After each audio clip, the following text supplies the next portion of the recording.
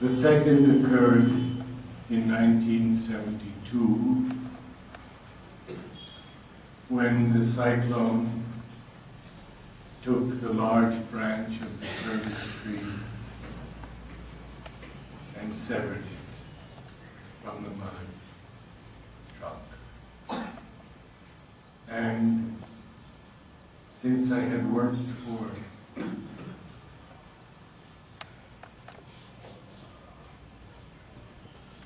more than 20 years with my father in landscaping and care of trees,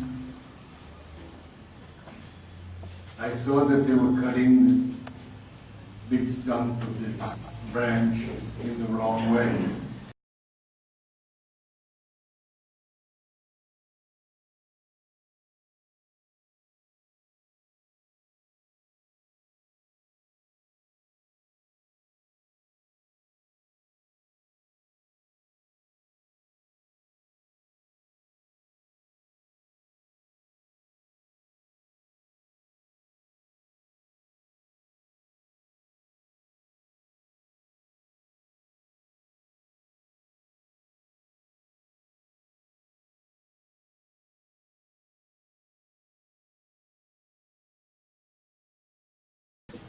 We always cut a branch that we have to remove from the bottom up, not from the top down. The reason for that, most people don't know that, but the reason for that is when you have cut it from the bottom 1/3 up, then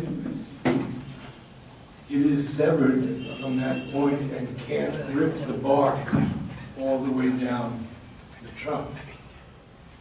So we made the cut halfway, and by extraordinary grace, we then did the top cut, and the two cuts matched to the millimeter. And today it is completely healed. Harichandra and I, in those days we thought we had to seal the opening, and we put concrete. But later, just a few years ago, we removed the concrete because the tree has the ability to isolate an area so that no infection comes in it. And the tree is so healthy now.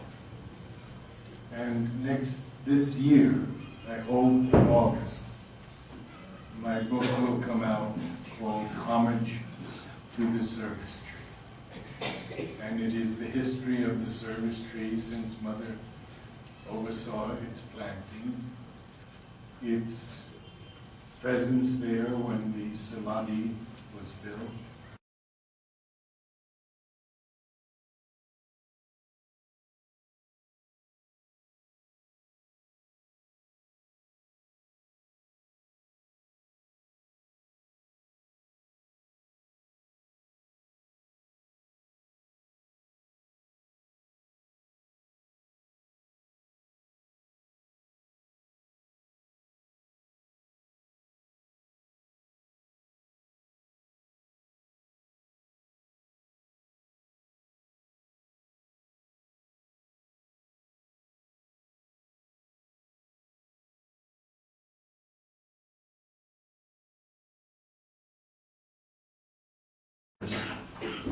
for medical expenses from the people who were involved.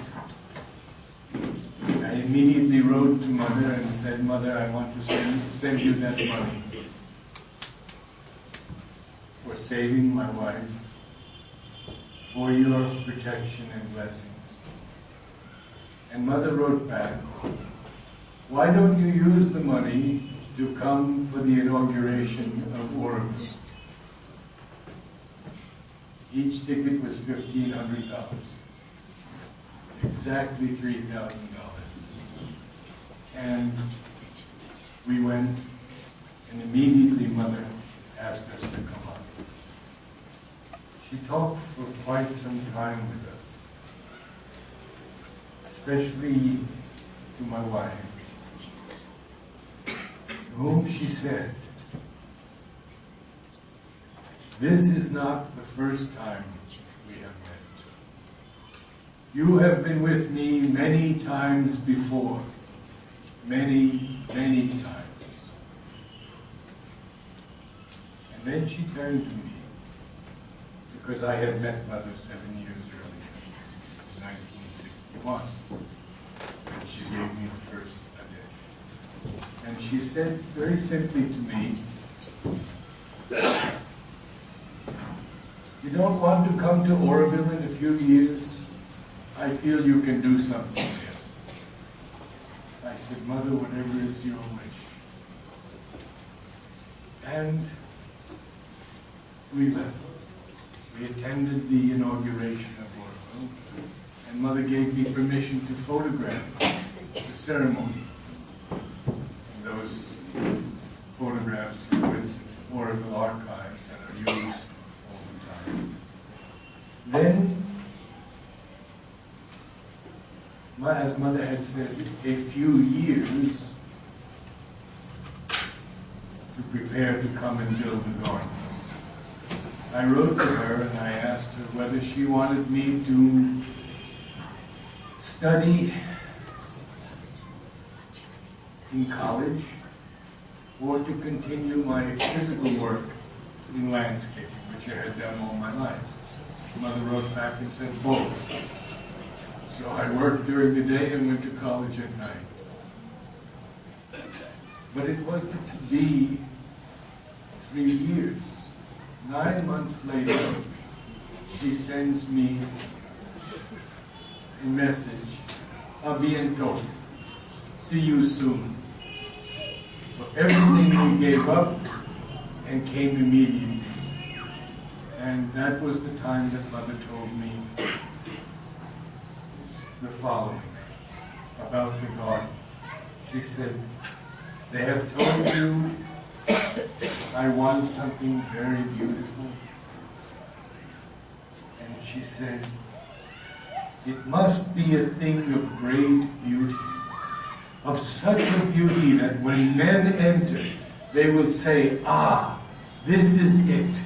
And they will experience physically and concretely the significance of each garden." And she said, "In the garden of youth, they will know youth. In the garden of bliss, they will know bliss." And so forth. Imagine that. Go into a garden and to have the experience of bliss just walking.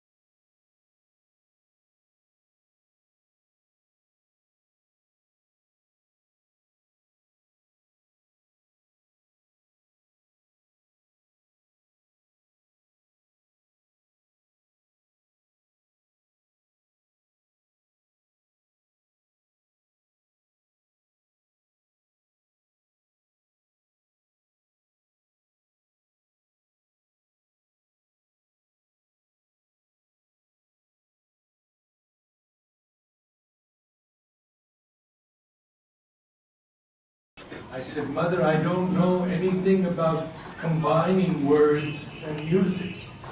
No, no, you must go far above words and bring down the pure music.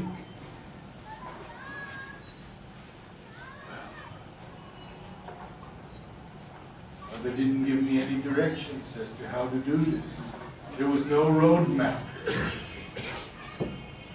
So I began over a period of many, many years, 61 to 71 to 81 to 91 to 01, 40 years studying music to try to find what Sri Aurobindo has expressed in poetry, the overhead influence. And so I listened to all kinds of music, to music from all the corners of the world. And then about 8 years ago, I received the intuition that the new music would descend in a collective body, not individually. And so with a few people we began. First in Oroville, around late 1970s, which was a beginning, and all Mother told us was sit in a circle and have no preconceived idea as to what you will sing. And she has written of her own work, her own music, that she would just put her hands on the organ and the music would come through her hands. She never thought about what she would play, just let it come through. She also spoke about seeing a violinist one day who was known to be a good but ordinary violinist, and then he began to play, and she saw that the hands of Isai, the great violinist, had incarnated in this man's hands. Extraordinary. So, about 8 years ago, we began the Om Choir. And again, that was a direct intuition, if we will call it that. I don't know what term to use. That there would be one word, and that one word would be Om. Because Om is the most powerful word in all the languages of the world since man appeared on earth. Om is suffused with the prayers and aspirations of millions and millions of people who have chanted Om through centuries and centuries. And so the Om Choir began.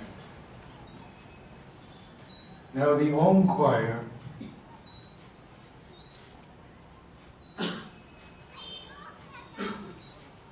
is not Western music. It is not Eastern music. It is not any kind of music that we've ever heard before. And its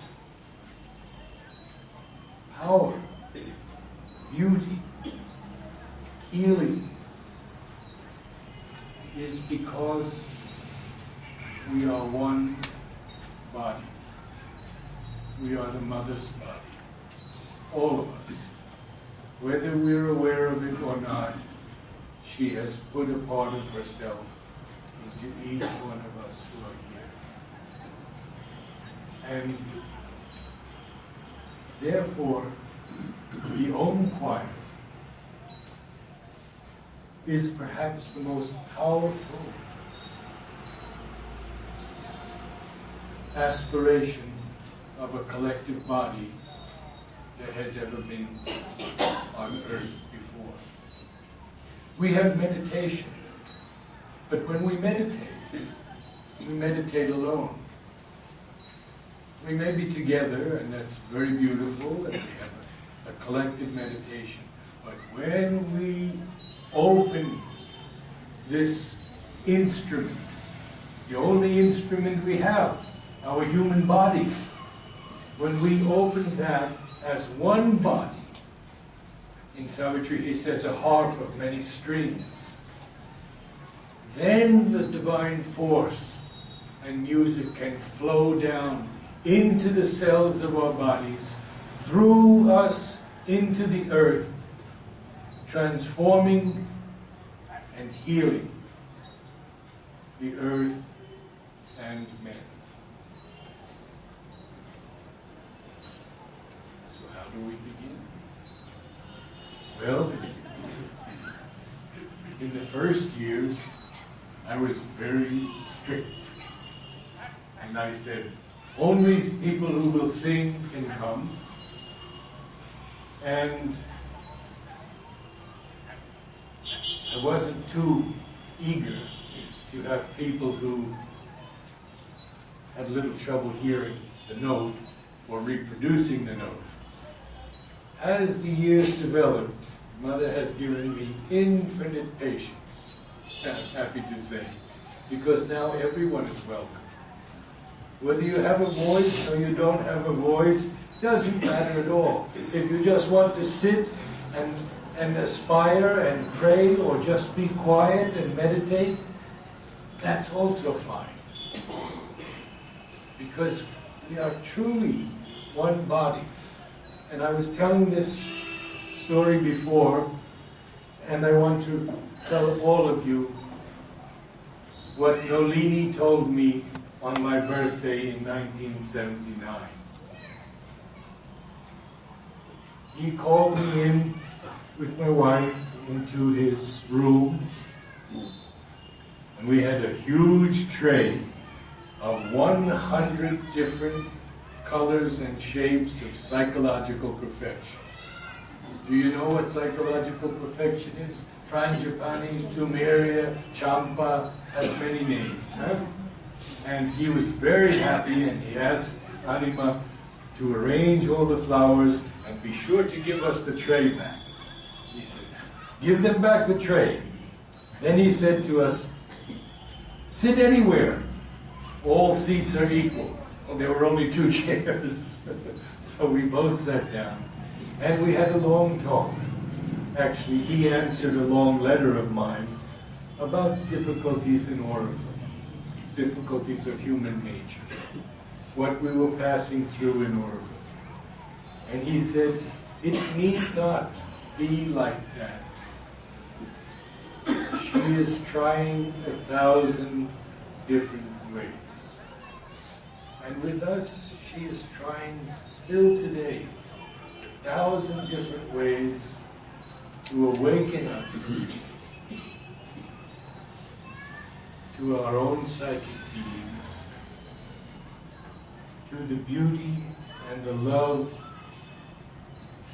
in each of us, for each of us,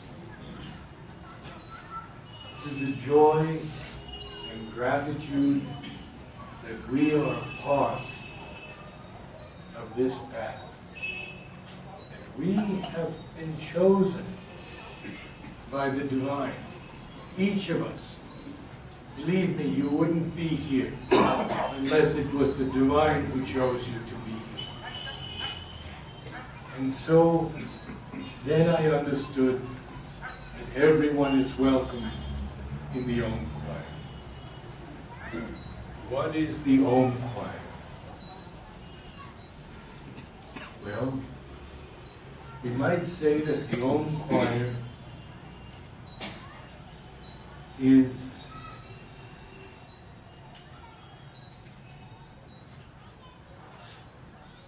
a prayer, an attempt, an aspiration to bring down this new music in one body, large or small, doesn't matter.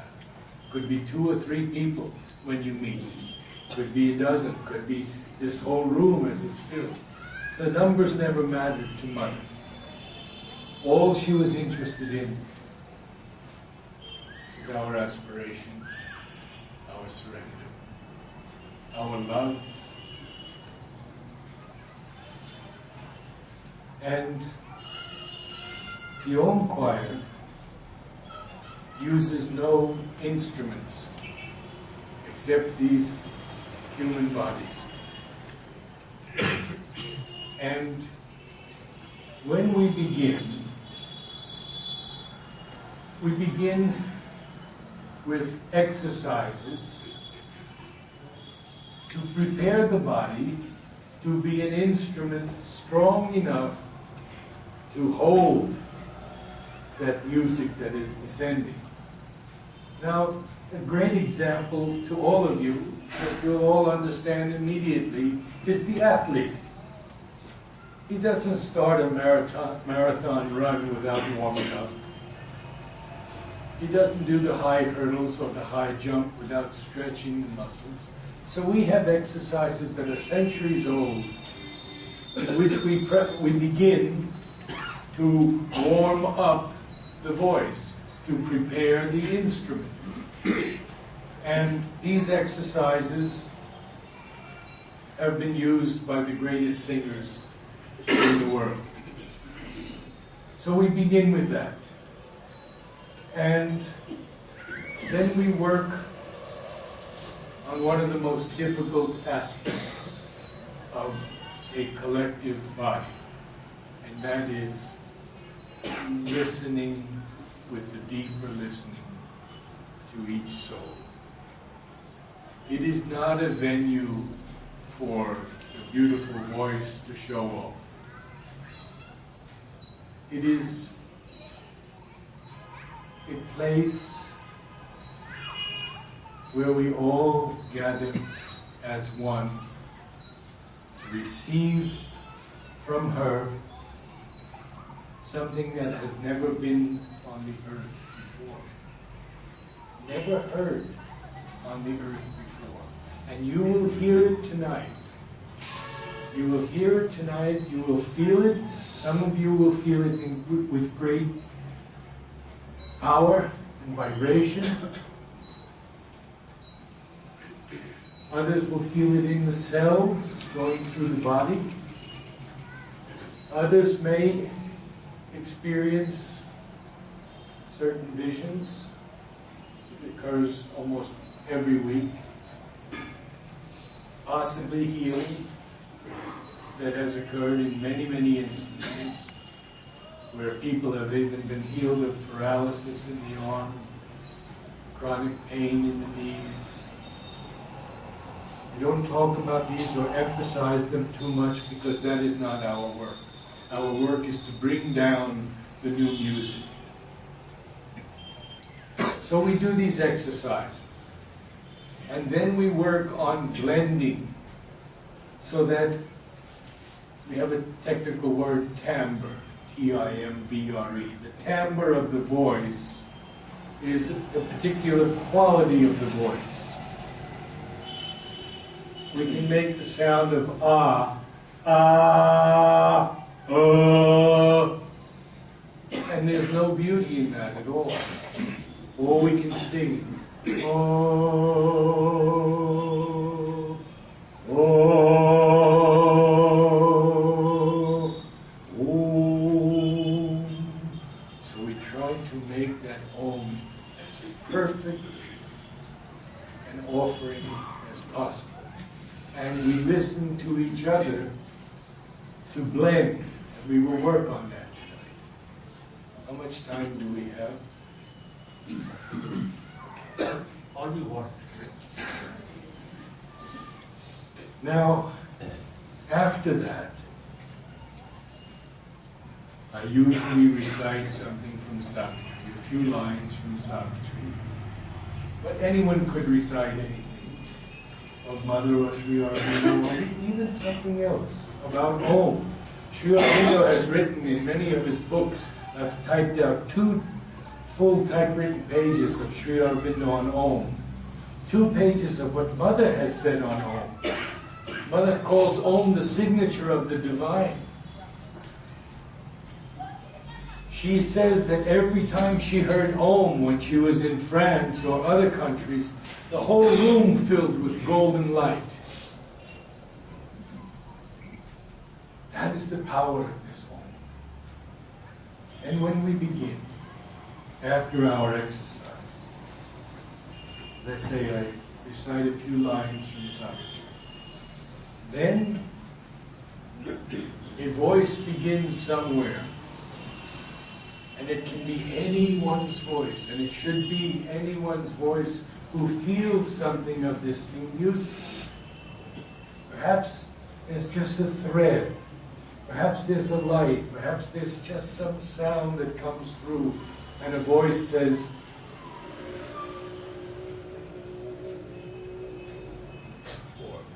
Om, Om. Doesn't matter who, because then suddenly the rest of the body, this sacred, this holy body, picks up. And suddenly this whole room is filled with Om. I tell you, you will experience something you have never experienced before. Now, we are singing this Om, and then there comes a moment when we feel that it has descended into the body and needs to be absorbed.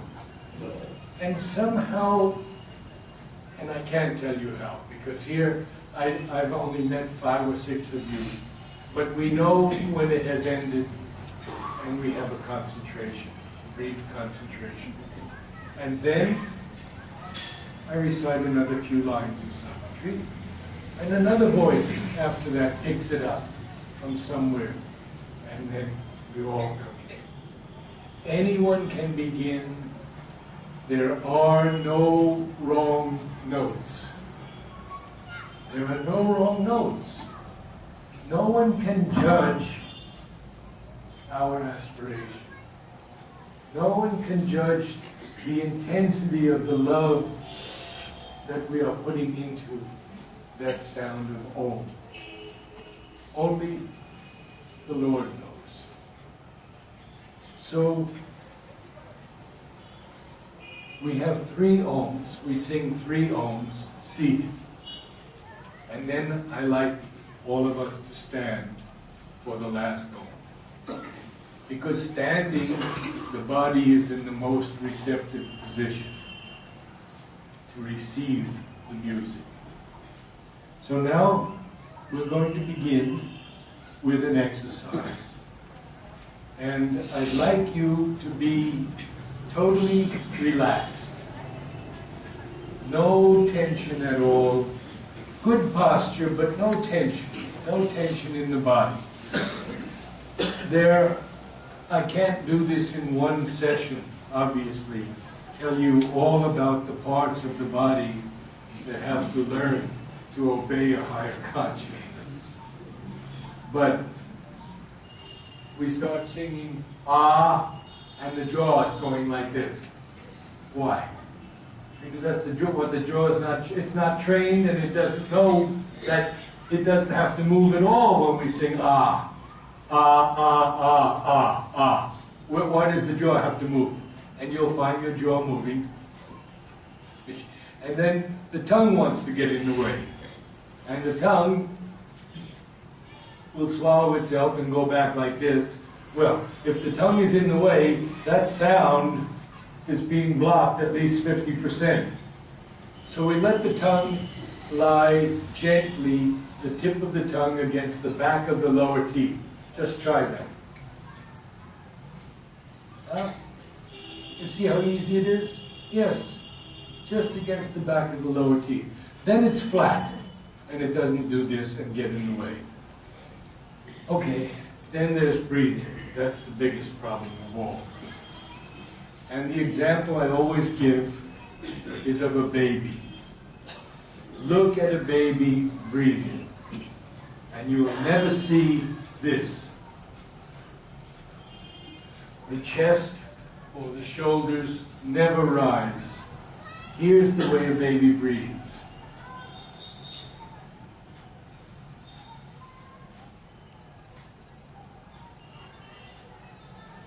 Now, what is happening here? This is very interesting, what is happening here. I'm going to take somebody to demonstrate. Now, I'm going to take a quick breath through my nose, and he's going to feel, when I do that, my rib cage is going to be pushed out because the air is coming down to the lower part of the lungs. If I take a breath like this, I've only filled half the lung. I haven't filled all the lung, and we need all the breath we can get. So I take a breath like this, and he felt the ribs go out. Also, the diaphragm, which is the most important muscle of all in singing, is going to expand. So the belly, not really the belly, but it's the diaphragm that expands. So I need a very strong person now. And he's going to try to crush my ribs after I've taken the breath. And you can see he's very strong. Okay, crush. All your strength. All your strength. Don't hold back. Crush my ribs.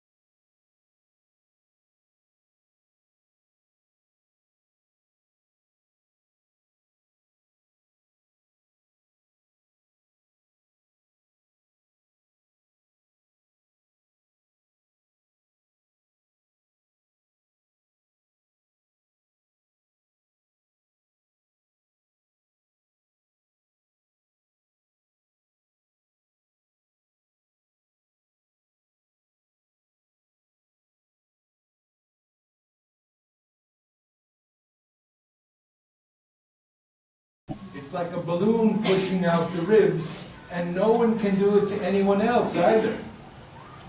So if we've taken that breath properly, we have all kinds of breath to sing a long, long Om. It takes a lot of practice.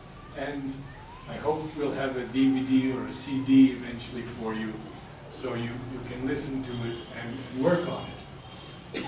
Now, the next thing, and I know I'm running on a bit, but I've been given time. The next thing is, I've briefly touched on, is the beauty and quality of the different vowels. So I gave you an example of A, and E and A is even more difficult, but we sing Om, which is one of the easiest. Because Sri Aurobindo only one time used A-U-M. All of the rest of the times he wrote O-M. So we stay with O-M. As singers, it's much easier than trying to do O. Very easy. So, I think that's a long introduction. More than half an hour to the Om choir, and I'd like then to begin with some exercises. The first one, and the one we always begin with, is a hum. Because when you hum, cannot injure the vocal cords. You cannot hurt them at all, if you will. So we begin on hum. Just that one note.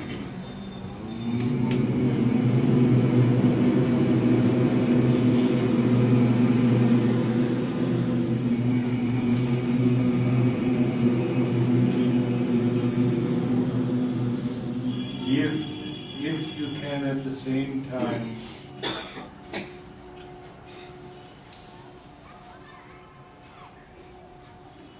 attempt to be conscious of Mother Sri Aurobindo, will help even more. Because I can tell you they are present at every altar fire. They are with us, and people see them all the time. Though I don't, because I'm only a prayer for each soul here to experience the grace, the beauty, and the power of the new music through home. As I say, it's not an Eastern music nor a Western music. It is a new music that the Divine is bringing to the earth to heal, transform. Om is the word of effectuation. Om is the power to transform. So, first exercise. Just a moment. I'll give you the exercise and then we'll sing it.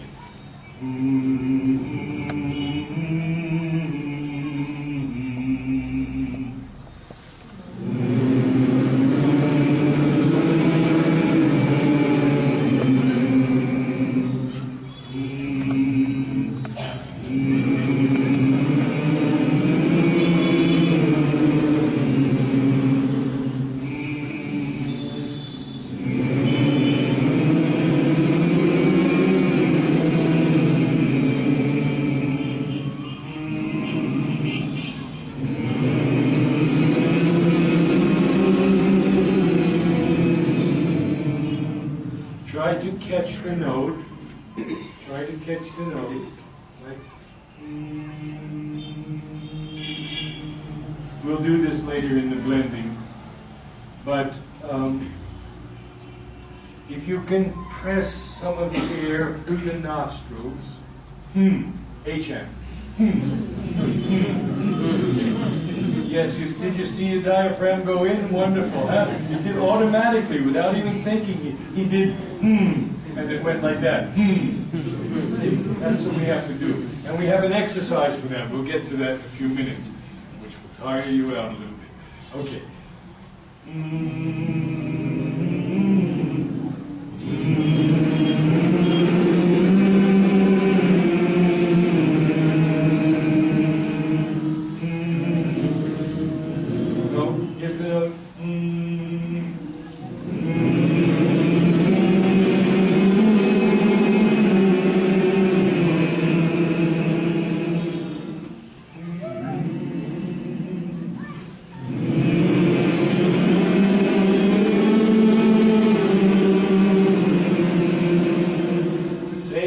On Mother's name, Ma. Ma.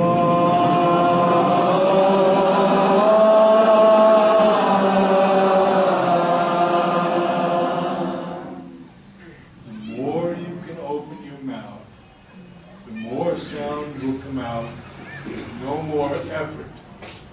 But the mouth too is lazy. See, all these, this is a work of body consciousness. It's a work of body consciousness. Mother speaks about body consciousness. And she says if you do work without consciousness, it doesn't get you anywhere. You have to put your consciousness, every bit of your consciousness into everything you do. So we had to do that here, equally and maybe more. So,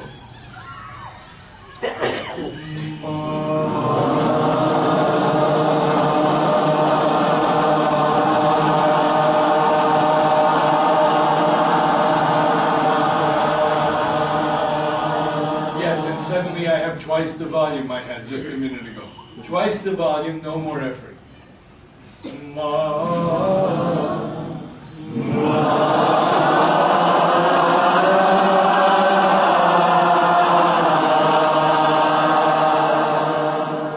excellent.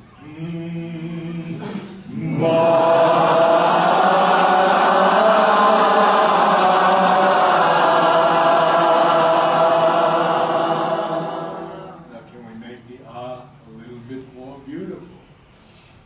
That is what we call shaping a note or coloring a note.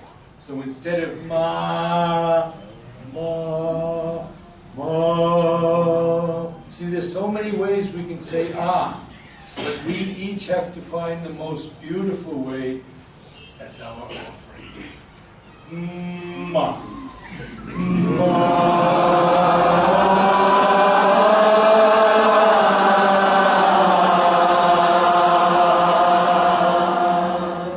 much better.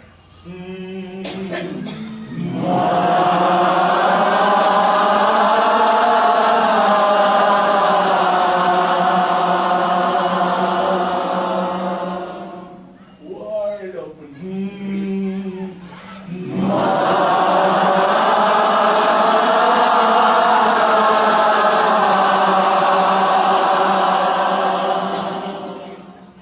Next one.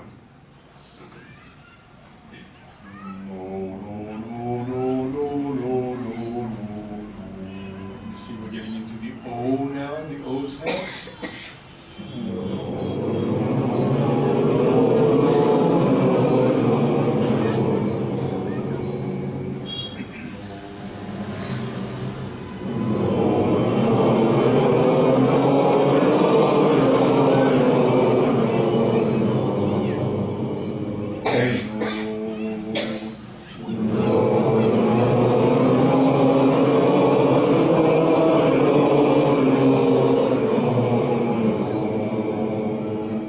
It'll get easier now.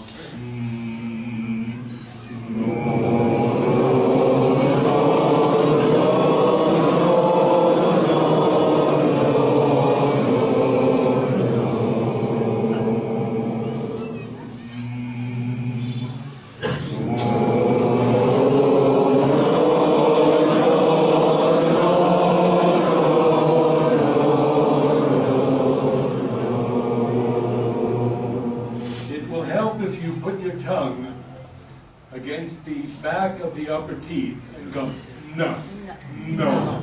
See, that projects the sound. And it gives much more power and much more force to the sound. No,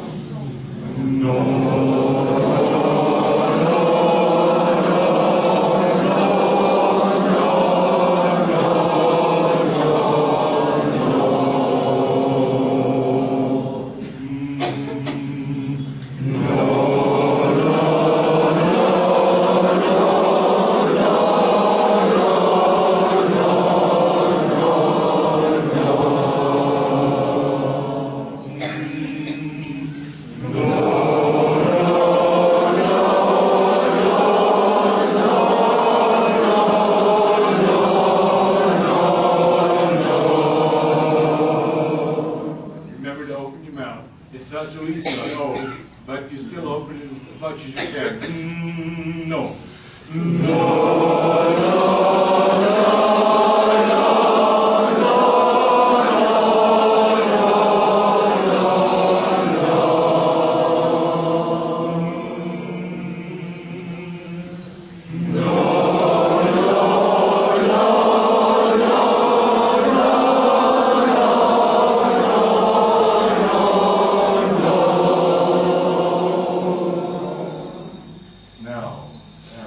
Now. The big one, tough one. Ha, ha, ha, ha, ha, ha, ha, ha, ha. So, bum, bum, bum, bum, bum, bum, bum, bum. And each one, the diaphragm goes in, ha, and comes out on its own. Ha, ha, ha, ha, ha, ha, ha. I'm not too concerned about the pitch. We really want to get this muscle working. Because this muscle, after we've taken that nice breath, is the muscle that's going to support the air column as you sing. So it's our only support. Otherwise, we're doing this with the vocal cords and the larynx, and we're tiring them. Maybe we're abrasing them. So we want to sing from here always, and never from here.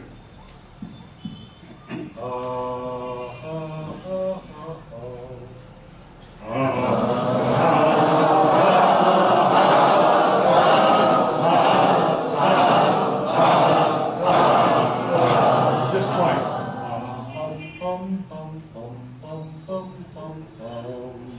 Now I really want to see the diaphragm working.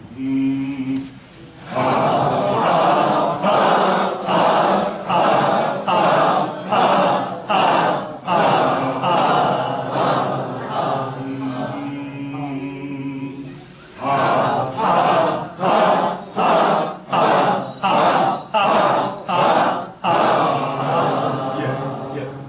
Do it all down here. All down here.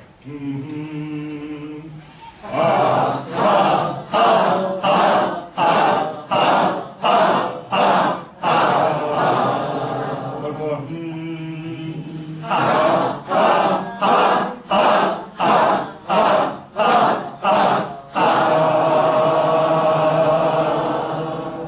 And I think some of you are feeling that the body is about ready now.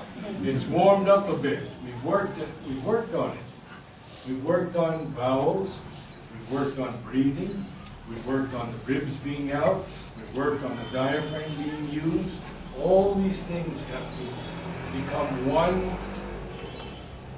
All these things have to come under the control of the consciousness. Interesting. Blending. Now this is going to be a bit of a challenge.